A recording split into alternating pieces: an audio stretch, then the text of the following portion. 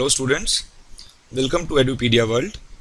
My name is Shivam Mishra and I am a BTech from IIT-BHU. Today we will be discussing the solutions to IIT JEE Advanced 2014 Chemistry Paper 1. The paper code which we are using is 5. So in case you have the code, you can follow the questions from there. Let us look at question number 16. Question number 16 is from atomic structure from the topic of quantum numbers. It says that in an atom, the total number of electrons having quantum numbers n equal to 4, that is the principal quantum number must be 4, mod of ml, that is the magnetic quantum number must be 1. Now this is a tricky situation over here because it says that mod of m, I am just writing m for the magnetic quantum number, must be 1, right? So mod of m must be 1 means that m could either be plus 1 or it could be minus 1 as well. And similarly it says that the spin quantum number must be minus half. So s is equal to minus half. So basically what we need to do over here is that we need to identify the total number of electrons which can have the above quantum numbers. So in order to be able to answer this question, you first of all need to know what are the values which different quantum numbers can take. Now we start off with principal quantum number first. The principal quantum number, that is n, can take values 1, 2, 3 and so on. It denotes the shell number. If we come to the azimuthal quantum number, that is L, the values of L will be from 0 to n minus 1 because it denotes the subshell.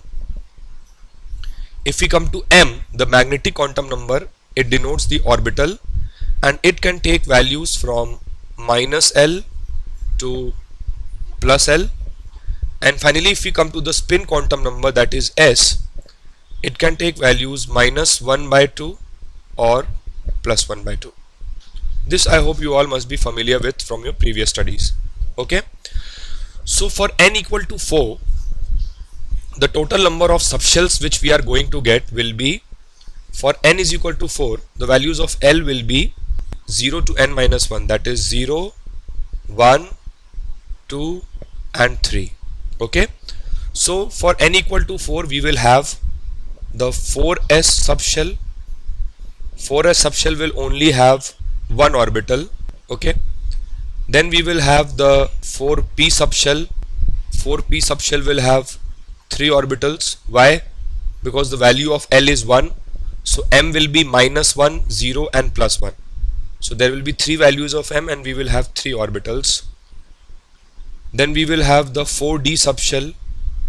4d subshell will have a total of 5 orbitals, 1, 2, 3, 4 and 5. Why will there be 5?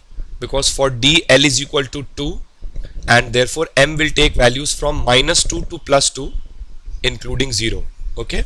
So we will have values minus 2, minus 1, 0, plus 1 and plus 2. And finally we have the 4f subshell which will have a total of 7 orbitals. Okay. I'm just drawing the 7 orbitals for you.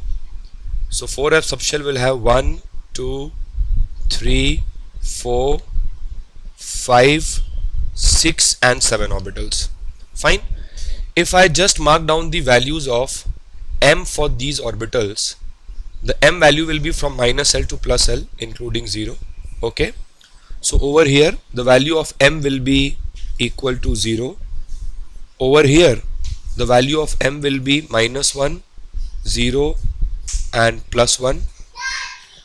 Over here the value of m will be minus 2, minus 1, 0, plus 1, plus 2.